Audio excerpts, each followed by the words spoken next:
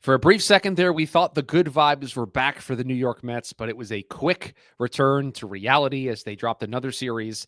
They have now lost 13 of their last 15 games and are in serious danger of missing the postseason. Welcome in another edition of the Bleav in Mets podcast. That is Jack McKessie. I am Chris Schubert here with you to break down all things New York Mets. I am worried about my good friend Jack McKessie, who I Bleav is torpedoing into just madness over this baseball team. How are you, my friend? I'm okay, Chris. I feel like I've actually horseshoed all the way around. Like I've gone so deep into insanity that I'm now like starting to see positive things to come away from, and I'm not full doomer, but I'm not happy. I'll say, I guess. Like there are things to look forward to, and especially after this this week's series against the Braves, I think was the most ridiculous emotional roller coaster of we're so back, it's so over that I've ever experienced. That my brain is so broken that I'm back into being more positive. Well, there's certainly something positive that's going to happen tomorrow if you're listening to this on Friday when we drop the episode. And that is the major league debut of Nolan McLean. We'll obviously touch on that because we are very excited about that start. But let's break down this Brave series. Let's get back to the meat and potatoes of what we do on these recap pods. Let's recap a series. And Jack, it started about as well as it could have. The Atlanta Braves are in town. The Mets are spiraling out of control. And you just wanted something to feel good about. You wanted to just feel for a moment that there was a little bit of momentum for this club. Pete Alonso becomes the Mets' all-time home run king, now sitting at 254 home runs, creating some separation between him and Darryl Strawberry in the Mets record books. They score 13 runs, all with 2 outs. I mean, you couldn't ask for a better offensive night for this team, a better momentum type night with Pete having that big moment, the place going crazy, the double curtain calls for Pete in the course of the game. For a brief moment, it's a moment that we haven't had in a really long time. It felt like the Mets were back. Yes, and also no. Well, because Clay Holmes went 3 2/3. Yeah, we'll get to that in a second. But just offensively, we hadn't seen a night like that in weeks, maybe months. I mean, it felt like the kind of offensive performance that we had expected from the start of the year. And I don't think we had seen, even in some of these breakout games that they've had every once in a while, the blips, I think against the Giants was the 12-run game where they just kind of had these offensive outbursts. And it felt like this was kind of a big turning point because, like you said, all of those runs in this first game of the series came with 2 outs. And that kind of hitting was something we hadn't seen in so long. The lack of situational hitting, the lack of clutch hitting, the lack of you name it.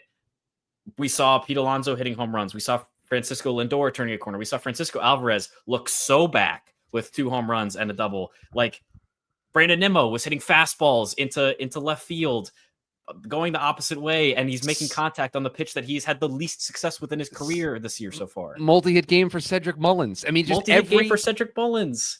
Everything that you could have asked for from this offense was there. And so you're feeling good. You're feeling excited. And then there's that little voice in the back of your head. There's that just gnawing at you. And it's just a reminder of, hey, the starting pitching's still a problem. Hey, Clay Holmes only went 3 2/3. You couldn't have it all. You couldn't have the perfect night because even in the midst of 13 runs, Pete being celebrated, that big moment, you did have another night in which the Mets starting pitching was front and center because Clay Holmes couldn't finish the 4th inning and looked like he once again hit a wall. Yeah, I mean, it wasn't just the lack of length there. It was a completely almost vibe-ruining outing from Clay Holmes because the Mets were up 5-1, I Bleav, at one point in that game. Mm-hmm. Pete Alonso had already hit his record-setting home run. That fan made that amazing catch in the Brett Beatty 22 jersey. What a fantastic catch. Unreal. And actually, that was not that home run. Anyway, the point is the vibes were so high off of the Pete Alonso record set, the graphic they had on the video board, the Braves losing their starting pitcher within a couple of innings, and then Clay Holmes just goes out and immediately gives up the lead. And it feels like, oh my God, here we go again. Everything that we had just gone through in Milwaukee is happening over again with another big lead blown very quickly by the starting pitching. Yeah, they're up 5-1, and in that fourth inning, it evaporated. And yet again, we have another moment to add to the list because Carlos Mendoza just makes an inexcusable decision to allow Clay Holmes to face Matt Olson there in the top of the fourth before going to Gregory Soto, who we already had up and warming. Yeah. And he lets Holmes stay in there. Olson hits the double, game is tied, and now all of the good vibes, Pete hitting the home run, the offense being great, having that 5-run lead, everybody's thinking, oh no, here we go again. And credit where credit is due, the Mets did something that they hadn't been doing as of late. They responded. They got knocked down, but they got themselves right back up and immediately counterpunched with a 3-run home run from Brandon Nimmo. And right back in front, you're up 8-5. That was all she wrote. The Mets were able to tack on. But yet again, the starting pitching was a problem. And this obsession with length, I think, led to Carlos Mendoza trying to get through 4. And it ended up almost setting up this team for failure.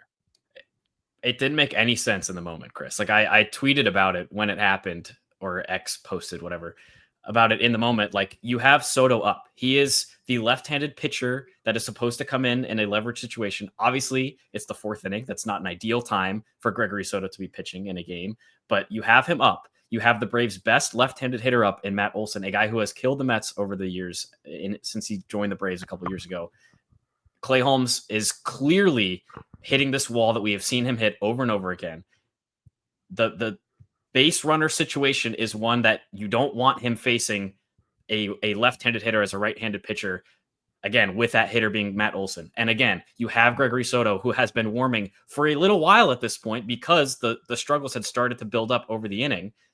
And then you leave Holmes in, he gives up the game-tying double, and, you know, luckily the Mets bounce back, but it's just another situation where I just don't like the Carlos Mendoza mentality of, we have to get the bullpen saved because this is the first game of the series. We have to make sure that our bullpen is saved, so we can't be using these arms in situations where they clearly would have come in handy. And Soto's able to get out of the inning. He pitches another inning, and Justin Hagenman is able to slam the door over 4 innings. But like, overall, the starting pitching was a still huge red flag in a game that was generally good vibes. Do you think it is time to move Clay Holmes to the bullpen? I know the rotation has been a focal point for many of us, and trying to figure out the permutations of what they're able to do. And they moving Frankie Montas to the bullpen to free up the spot for McLean over the weekend tomorrow against Seattle. Do you think it's time for Clay Holmes to follow a similar fate to Frankie Montas and go back to a place where he'll be way more comfortable than Frankie Montas will be, a place where before this year, he's been all of his career back in the bullpen as a 1-inning, maybe 2-inning guy? I think my gut instinct, my gut feeling on that question when you first asked it was yes. I think that we have seen, obviously, Clay Holmes has had experience for most of his career as a reliever, especially in high leverage situations. He spent a lot of his career with the Yankees as a closer, or at least as a setup man. It's something that the Mets could use, especially with the struggles of Ryan Helsley, which we'll obviously also be talking about a little bit later. But the questions that I start to have, that once I get past that initial reaction of yes, are, well, first, when do you make that move to move Clay Holmes back to the bullpen? Second, who is the odd man out in the bullpen with Frankie Montas and Paul Blackburn, who has come up and is taking on a bullpen role as well? We'll talk about him maybe in a little bit. And my third question is David Stearns / Carlos Mendoza hesitant to make that kind of move and kind of not go back on their word per se, but have Clay Holmes forced mentality shift back into a bullpen role when they clearly wanted him as a starter coming into the year, saw him succeed early in the season, and with a couple more years on his contract, you don't really want him to lose any confidence from the team, from the regime, that he can still be a starter going forward. And that's kind of the parts that I start to doubt whether or not this is a move that actually is realistic for the Mets to end up making. Yeah, to me, the real wrinkle here that's a problem, and I think we'll start to get an answer on how they're going to untangle this ball of yarn, is they don't really have a super flexible roster right now when it comes to their bullpen. Tomorrow, they're going to activate Nolan McLean. He's with the team. He met with the media today. He's not officially an active member of the team. Right. They have not made a corresponding roster move Right. because if McLean was active, they would have 27 men on their roster. So they have to move somebody. And that's going to be a notable transaction when it happens. There are 4 options, 4 realistic options, okay? I'm not ranking them in any particular order. These are the 4 options that David Stearns and the Mets have when it comes to, this is before we even discuss what they're going to do with Clay Holmes. Just understand this is the roster crunch they're under right now, just to add Nolan McLean tomorrow.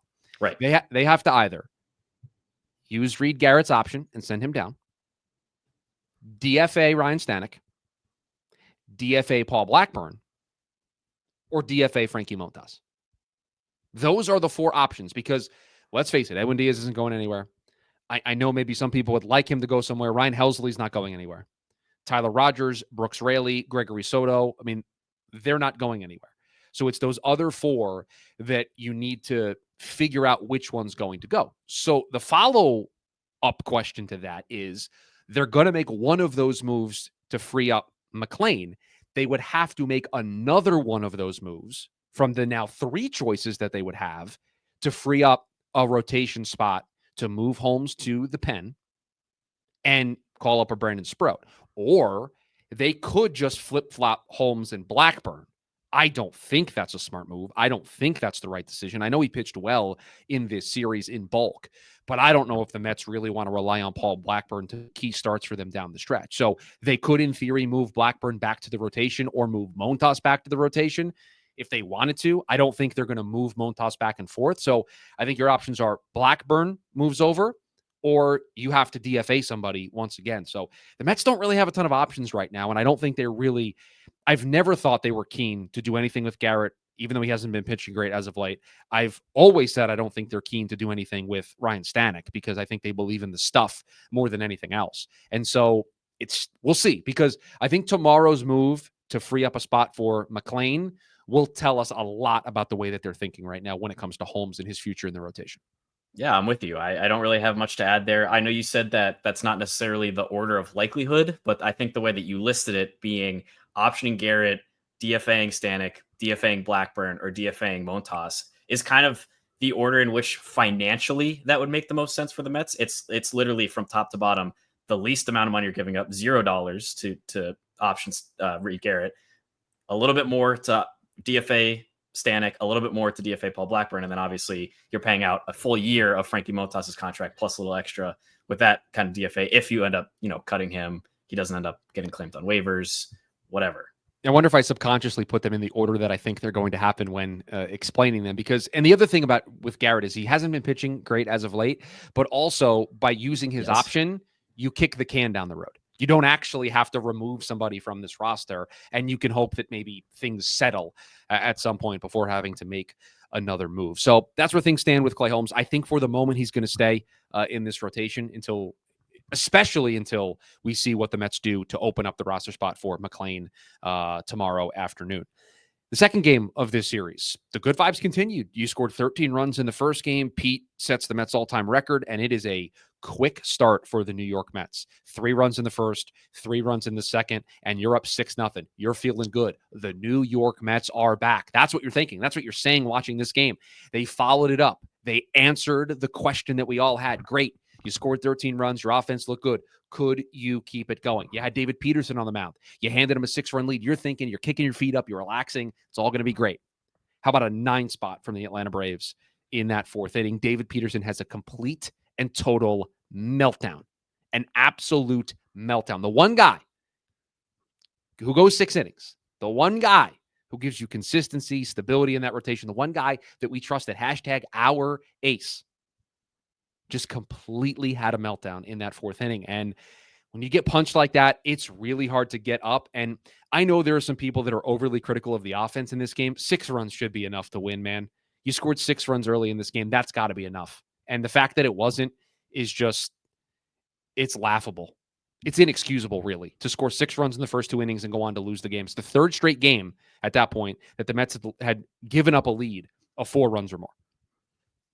Not good. I mean, there's not a lot to say there. It's really tough when you have the outing that you do offensively against Spencer Strider in the first game of the series, against old friend Cookie Carrasco in the second game of the series, and then to have that kind of meltdown from the guy that you trusted. And I think, Chris, it goes to what Ron Darling said on the broadcast, which is sometimes when a team gets in a weird slump, specifically with the starting pitching, like they have with the lack of length, with the lack of shutdown innings and ability to get through longer outings, it's easy for a pitcher like David Peterson, who has become this de facto ace of this team, to have the mentality of, in this outing, I need to be the guy, coming off of Clay Holmes going less than 4 innings the start before, coming off of a full turn through the rotation since Peterson's last outing of not making it through 5 innings. David Peterson comes into the series against the Braves. He has a 6-run lead, and he's having the mentality of, I need to go deep in this game. I need to be the guy that the Mets want me to be, rather than focusing on the hitter that's in front of him, focusing on getting 1 out at a time. He's thinking too far ahead, and that meltdown is just like, as soon as guys got on base, as soon as he lost the strike zone, it was completely over. So I don't disagree with what you and Ron are saying about that pressure being on Peterson, but I've seen him handle that pressure already this season. That start earlier in the year against the Dodgers, while not the same, did carry the same type of pressure. It was a Friday night game. They used all of their bullpen in an extra innings game that they should have won against the Dodgers. And then the next night, they're on national TV. They don't have anybody. Basically, it's David Peterson and Edwin Diaz are the only guys available. And what did David Peterson do? Knowing that was the backdrop of the game. That was the storyline all day long. And he went out there and delivered a David Peterson masterclass. So yes. I've seen him do it. It's not something. Now, do you want him to do it? Do you want to have him be in a position where he feels that every single outing? Of course not. But I've seen him do it before. And let's face it. What did David Peterson in? A leadoff walk on 4 pitches. Like that's it. You've got to start innings strong. And the Mets have had the 4th inning. Sometimes it's the 5th inning where things melt down. And you can always point it back to a little mistake there. Kodai Senga not playing the ball correctly off the mound in Milwaukee. Boom, next pitch, a 2-run home run. Game's totally different. A leadoff walk on 4 pitches. So now you're already in your own head. You're already starting to think about it. And the meltdown ensues. You walk a run in with the bases loaded. Profar hits the double. Then you walk Olsen, and then once again, because nobody else apparently is allowed to face batters with runners on, Reed Garrett comes in and serves up the Ozuna single that made it 6-5, and then he gave up the home run, that the grand slam, to make it 9-6. Yeah. I mean, I guess my counterpoint to your point about Peterson and his success against the Dodgers in that start, you're absolutely right. I just think the context of this start in particular was so different in that this had become a huge narrative over the Brewers series, because like that is when the graphic on SNY showed this is the longest streak since at least 1901 that a team has not had more than 1 pitcher go 6 innings for however many games it was in a row, like 50 something or whatever. And the difference in the context as well, like a May series against, yes, a team in your league, but not in your division, versus down the stretch, you're playing the Braves in August. Yeah, the Braves aren't really in it, but the pressure is a much higher for Peterson to come through in the situation. And given, especially like I said, that narrative that had been following the Mets coming into the series, especially after that Clay Holmes start, I think may have added a lot more onto Peterson's shoulders for being the guy that the Mets have needed him to be for so long. And he wasn't up to the task. Yeah, fair enough. This has become a monster in and of itself. I mean, I've railed against this obsession now with length from the starting pitchers, because I think we're taking it almost to an extreme. Now, do the starters need to be better? Of course, but you get 5 2/3 from Kodai Senga, and we can use that as a transition into the final game of the series. You get more length, you get what you're looking for, and it's still not good enough. So the obsession is, I think, a little bit misguided. It needs to be in the quality of the outing rather than the quantity of the outing in most times. Obviously, I'd rather somebody go 6 innings and 7 innings and give the Mets a chance than go 3 scoreless and throw 102 pitches and need to be taken out of the game, obviously. But I do think there's some nuance, and we obsess over it. And I do think it's led to Carlos Mendoza push a starter more than he should have. He did it with Sean Manaea in Milwaukee. He did it with Clay Holmes in this Brave series. He's done it a lot recently in this game. Was this the game? I believe this was the game where Pete Alonso gets thrown out at home on 3-2 when he's running? Yes. Yep. Okay. What's going on there? I can't remember the last time on a 3-2 pitch, running in motion, on a base hit from second, a guy not scoring. Pete didn't trip. Pete wasn't dogging it. He was hustling, and he got thrown out at home plate.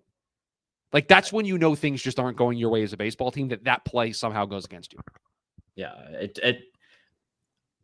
It felt like the switch had flipped back off for the Mets because we talked about offline in the first game of the series, and we didn't even bring it up, but that double play that Brett Beatty made, was it the second game or the first game of the series? It was I believe it was in the 13-5 game. I'll check our DMs it was because I said that's a play that Clay Holmes needed. I remember tweeting about it. So it was definitely in the first game of the series where they get Lindor fields a ball to his right. Yep.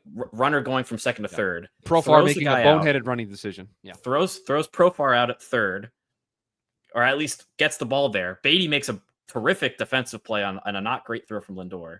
Runs Profar back. They get him in a rundown. Profar waves over the catcher. I forget his name. Sanchez? Drake Baldwin. No, Drake Baldwin. Yeah, Drake Baldwin was behind the plate. Baldwin's running from first to second to try to get the extra base. McNeil tags out Profar in between second and third, then spins around, and Beatty, who had made that great catch at the start of the play, who is the third baseman, third baseman is able to, after his throw, run behind back to second base and tag Baldwin out for the double play. And that felt like the switch turning on for the Mets, where things that plagued them in the Brewers series or the Guardians series or the Giants series, everything had seemed to be going wrong in a lot of ways, defensively, offensively, pitching wise. But when the offense was clicking the way that they were in the first game and the defense was looking as good as they were with that play in the first game, it seemed like things were turning a corner. And then everything seemed to turn off with the Peterson meltdown, with the Reed Garrett giving up the grand slam. And then I think that Pete Alonso getting thrown out at home was just kind of the culmination of, okay, no, the corner, if we were turning it, we retreated, we're going back the wrong way. Yeah, it just felt like a play that hadn't gone their way in recent vintage, right? That just really solid defensive play. And sometimes that can be the thing that sparks you. And at that point, the game's only 3-1 and there's only one out. It's a huge play in the game. The Braves are kind of threatening a little bit there to get back into it. And so just a great job all across the board. But yeah, they had that great day. They had that great momentum. Then they started the second game so well, and they just halted all of their progress. And then we can talk about the third game in this series. And just when it's not one thing, it's another, man. And they didn't get a great offensive night. Obviously, they only scored 3 runs. But Kodai Senga pitched better than any Mets pitcher had pitched in 8 days on the mound, going 5 2/3, only allowing the 2 runs. Looked, I think, the best he's looked since that Sacramento start, where he was utterly dominant for 7 innings against the A's. And say what you will about the rotation, say what you will about them not completing 6 innings or going deep into games. When you can have your starter pass the baton to Rogers, Helsley, Diaz, the expectation is the Mets are supposed to win that baseball game. And they didn't, because Ryan Helsley in his last 3 outings has looked like a shell of himself.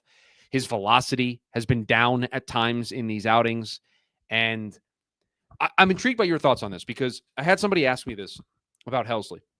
Guy was a former closer, right? Was a closer in St. Louis, led the National League in saves last year. He gets traded to a team where they have a closer. He's not being put into that role. He's being more of the setup man. And the question is now, not being in the 9th inning, not being in that super high octane, high adrenaline, high leverage moment, is Ryan Helsley now just a shell of himself as a pitcher? Is he just not comfortable?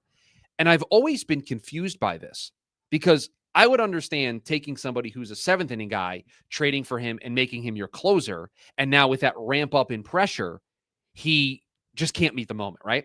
Whereas in Helsley's case, sure, it's not the final 3 outs, but that spot last night was a super high leverage situation. Just because there's an 8 on the scoreboard instead of a 9 didn't change the leverage of the moment. And so I'm just surprised if that's the reason why he's struggling, because he's not coming in the 9th inning. That's, despite it not being the 9th inning, that's about as close to a safe spot as you can get. 1-run game coming in, your music's playing, places going nuts for you. Like, those are the most important 3 outs of the game. You know that. So is there really that big mental shift between the 8th and the 9th inning? I'm just confused if that truly is what's going on here. I mean, I was a closer in Little League.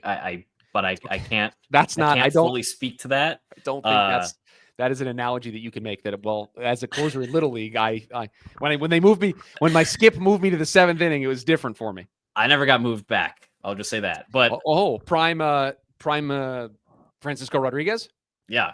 So I guess my point being, I don't really know what's going through Helsley's mind, but I'm with you, Chris. Like, I think we've joked about it. I've definitely joked about sometimes Edwin Diaz, when he comes in and it's not a safe situation, he likes to make things a little spicier, walk some guys, hit some guys, throw some wild pitches, ramp up his situation, and then ends up with the save anyway.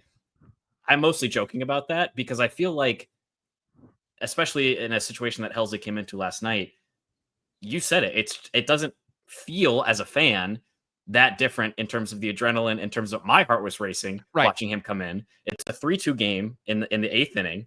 It's a 1-run game, like you said. That they have his entrance music. They have the whole everything that he had when he was with the Cardinals as their closer. Can I use a timeout? I stop you right there. Yeah. Legitimately, this is stupid. If they didn't have his music, he would actually have a case to say it's a different environment. Like, sure. I legitimately would understand it more if he struggled in the 8th inning because the Mets didn't play his music. Like, that's stupid. That's superficial. And it's not just the music. Like, they're going to play Hell's Bells. Right. It's like the whole lights. Production. Right. The lights are flashing. The scoreboard has the bell ringing and like Helsley on fire. If they said, hey, buddy, if you're not in the 9th inning guy, you don't get the production, I could actually see that messing with you psychologically. Sure. But he's getting all that. He's getting all of that. And it's like, you mentioned the velocity dip, which is concerning, but it's also like leaving the sliders hanging over the plate. Oh, and goodness gracious.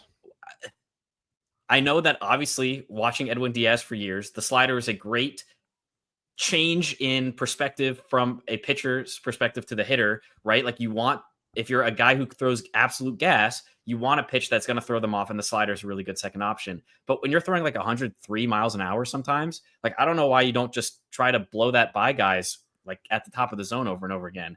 And when your slider's not working like it clearly wasn't for Helsley last night, why he wasn't relying a little bit more on the fastball. And on the velocity thing real quick, he found it. He threw 102 on that first pitch to Harris in that at-bat. It just feels like it takes him an extra second sometimes to dial it up.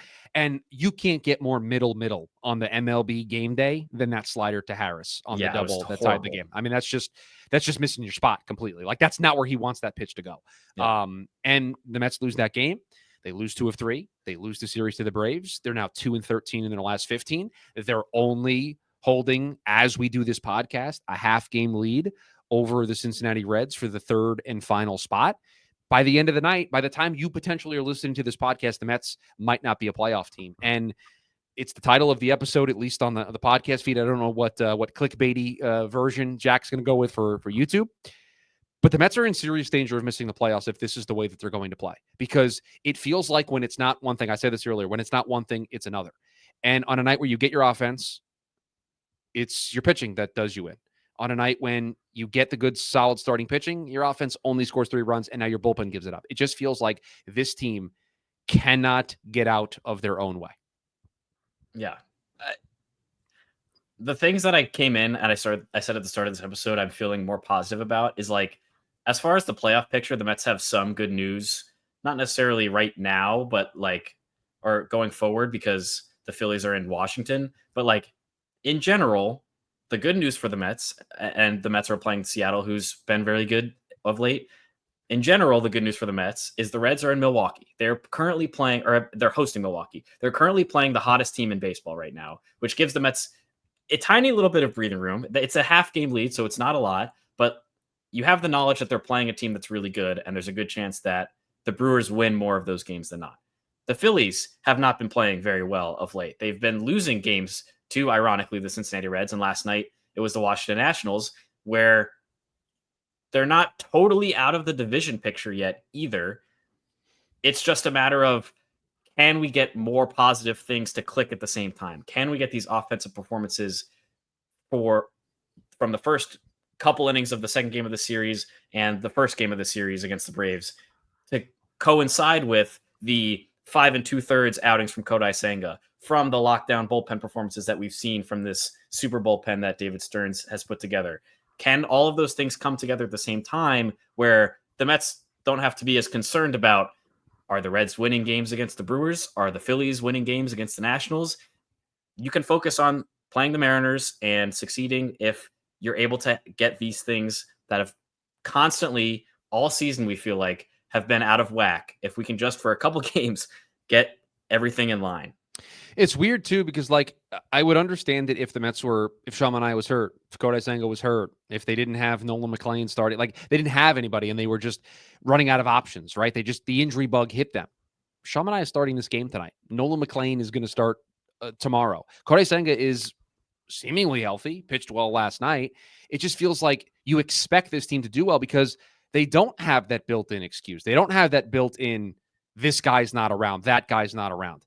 Francisco Lindor's in the lineup every day. Juan Soto's in the lineup every day. Pete Alonso's in the lineup every day. Brandon Nimmo's in the lineup every day. Like, they've got everybody. They've got Mark Vientos back in the lineup tonight.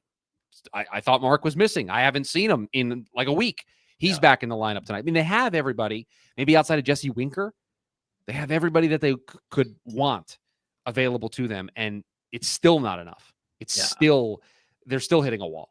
I just don't understand, particularly last night, the 2 earned runs against Bryce Elder, who had an ERA north of 8 in his previous 8 starts. And that was literally, I looked up on a Baseball References games log. That is his second longest start of the year. He pitched 7 innings with 3 runs, 2 earned. And his one better outing of the season was 8 innings against the Giants in June. So I just don't understand how you go from dominating Spencer Strider, frankly, in the first game of the series. Cookie, we expected a good offensive production against him because of what his ERA looked like, what he's looked like as a pitcher at this stage of his career. I expected something much more akin to the second game of this series, where you're crushing a pitcher with an ERA above not just 8 in the last 8 games, 6 for the year, an ERA above 6 for the year going into this game in the finale, and your offense is still sputtering, and you don't give Kodai Senga, who is giving you everything that you have been wanting for weeks, everything that you wanted in terms of shutting down opposing hitters, and you're still not able to give enough support, and it leads to a bullpen meltdown. It's like you said multiple times. If it's not one thing, it's the other. Now the Seattle Mariners are in town for 3 games, 2 of which will take place at Citi Field. The third will be in Williamsport, PA at the Little League World Series. It is, if you like pitching, this is a series for you. Like, if you love good quality pitching, you're going to get to see it, maybe on the Mets side, but certainly on the Mariners side. It is Sean Manaea against Luis Castillo. If this was last year, Sean Manaea, we got a bit of an ace-off on our hands between these two. And then Saturday, and we'll take a timeout and we'll talk about this. It is Nolan McLean making his Mets debut. He will be inserted into this rotation. Frankie Montas moved to the pen. He'll go up against Brian Wu.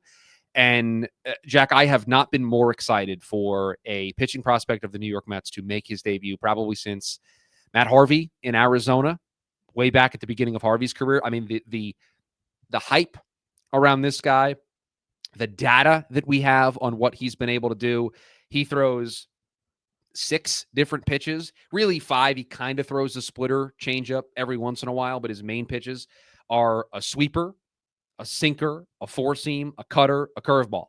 If you're a lefty, you're going to see the cutter. If you're a righty, you're going to see the sinker and the sweeper. You're going to see the curve. If you're a lefty, he may mix it in a little bit to the righties. His curveball, the spin rate on that thing would be the number 1 spin rate in baseball if he was throwing it with that spin rate at the big league level. His sweeper is elite.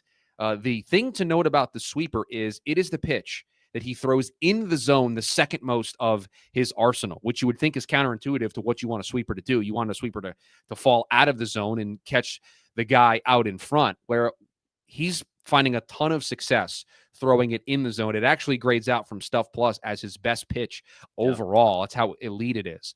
4-seam fastball that he throws 95, a sinker that he can get up there to 95. gets a ton of chase on the sinker. I mean, just looking at the numbers, it is a great profile. It's a great makeup from a personality perspective. He's just a guy that goes out there and gets it. Am I saying that he's going to be the savior of the 2025 Mets season? No, but this is the future of the Mets rotation on display, and I can't wait to see a guy who had a 27% K rate in the minor leagues in Triple-A this year get to the big league level and pitch for the Mets. So even though I'm on a mini vacation this weekend, I'm bringing the tablet, I'm bringing the phone, and I'll be glued to Nolan McLean's start on Saturday.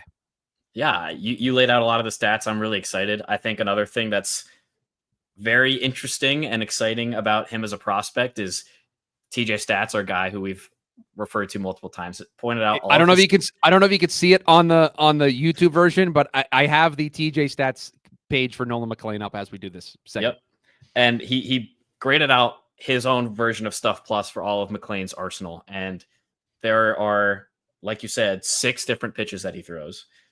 And of those 6 pitches, 5 of them have a Stuff Plus of 100 or better. So at league average or better in terms of the stuff that he throws and the quality of it. The only pitch that's below that is his changeup. It's still a 94, but it's because he's only recently added that to his repertoire. He's only thrown 53 of those pitches this year. He's thrown it less than 4% of the time this year. So it's not a pitch he goes to very often. So don't worry too much about that. He peppers in this is funny to me. And I think this is just to show you where baseball is going, that teams are kind of gearing away from not throwing predominantly fastballs. Against righties, the pitch he throws the most is the sweeper at 34% of the time.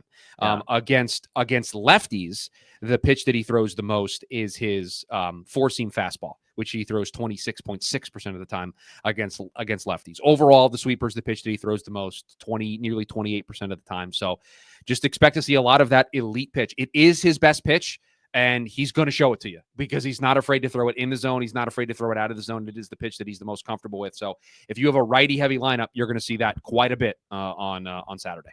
Yeah, and that kind of reminds me of Griffin Canning, kind of towards the later starts he had before his Achilles injury, started to work in that sweeper kind of as his primary pitch, and then he'd work the fastball off of it. So obviously we're hoping for a little bit higher of a ceiling for Nolan McLean. But difference is Nolan McLean could throw his fastball 95, right? That's true. That's true. And another thing that if you haven't been paying attention to McLean, which, the Mets minor league performances have not always been great, but it's been interesting that he used to be a two-way player. And for a year or two, when he first came into the Mets system, he was doing both sides. And then last year in June, he focused on pitching only. And since then, he has a sub-3 ERA over 173 innings between Double and Triple-A. And another important thing, if you're unfamiliar with McLean, he was a reliever in college, was a two-way player at Oklahoma State, but was a reliever on the pitching side. And the Mets saw that, and they said, no, this guy's a starter. They stretched him out. He gave up hitting. I think it was because of the 50% K rate that he was running down in the minor leagues. Probably said, you know what, we're going to give up on this hitting thing. And he's become potentially one of the best overall pitching prospects in the game. And we're going to get to see him on display. And just everything you hear, everything you read about McLean from a personality, attitude perspective, this is a dude that is not going to be fazed by this moment tomorrow. He is going to be just going out there, give me the ball, let's go to work. And the Mets have guys like that in this lineup, but I think it'd be nice to just have somebody else that's like, boys, let's go do this. And so I'm not trying to hype it too much. I'm just really excited, and I think he's gonna wow us over the weekend. I really do. I hope so. I mean, my expectations, I think long term, he has a definite ace potential. The Mets want him to be one of their starting pitchers of the future. Obviously, he's one of the top prospects in the organization. We talked about all the reasons we're excited to watch him.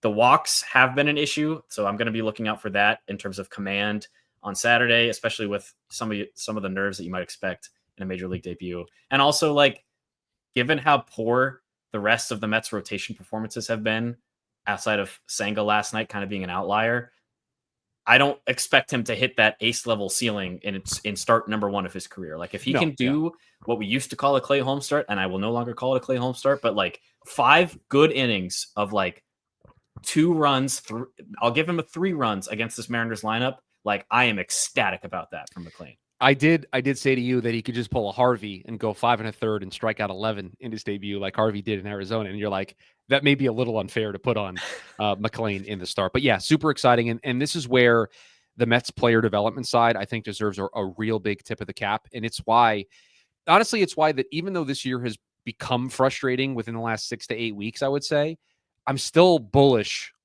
Did I use that correctly? Bullish, bearish? I think I'm bullish, right? Bullish Positive is is up. okay. I'm bullish on the future of the Mets because this is just the beginning of this next crop of prospects for this team. Jet Williams is going to be here next year.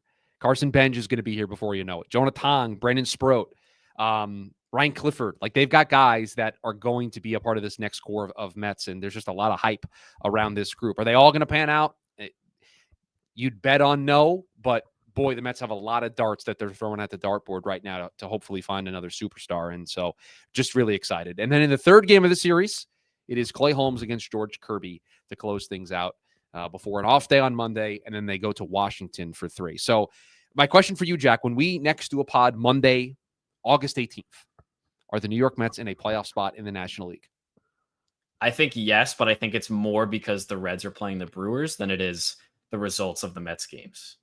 I will largely agree, but I do think this does feel like a series where no one's expecting the Mets to do anything, so they may surprise us and play well and bring us back in. Just draw us back. The other good news that the Mets have is like the two teams that are in front of them in the wild card standings, the Cubs and now the Dodgers, shockingly, are also kind of sliding. The Cubs just lost today to the Pirates at home. The Dodgers are about to face the Padres in a NL West crown series. So, like, it's possible that those teams slide down and give the Mets a little bit more breathing room to work their way up if they need to after this weekend. So we'll see. We're back on Monday to break it all down. We will go in depth into Nolan McLean's first start as a New York Met, his first big league start. Super excited about that. I'm ready. I'm ready for tomorrow. I'm actually looking past this game tonight. I know we can't do that right now, but I'm already looking forward to tomorrow. And if that's how we feel, I can only imagine how he's feeling on the inside, getting ready to make his big league debut. So we're back on Monday to break it all down. We appreciate you listening to the pod or watching the pod. If you're doing so over on YouTube, just search Jack McKessy, McKessy. Subscribe to the channel over there. Please rate, review, subscribe to the podcast wherever you are listening to your podcast. And if you could do us one extra favor, share the show with a friend, with a family member, with a Mets fan in your life that you think needs to join the Bleav in Mets crew. We would greatly appreciate that. Enjoy the series against Seattle. We're back on Monday to break it all down. And as always, let's go Mets. Let's go Mets.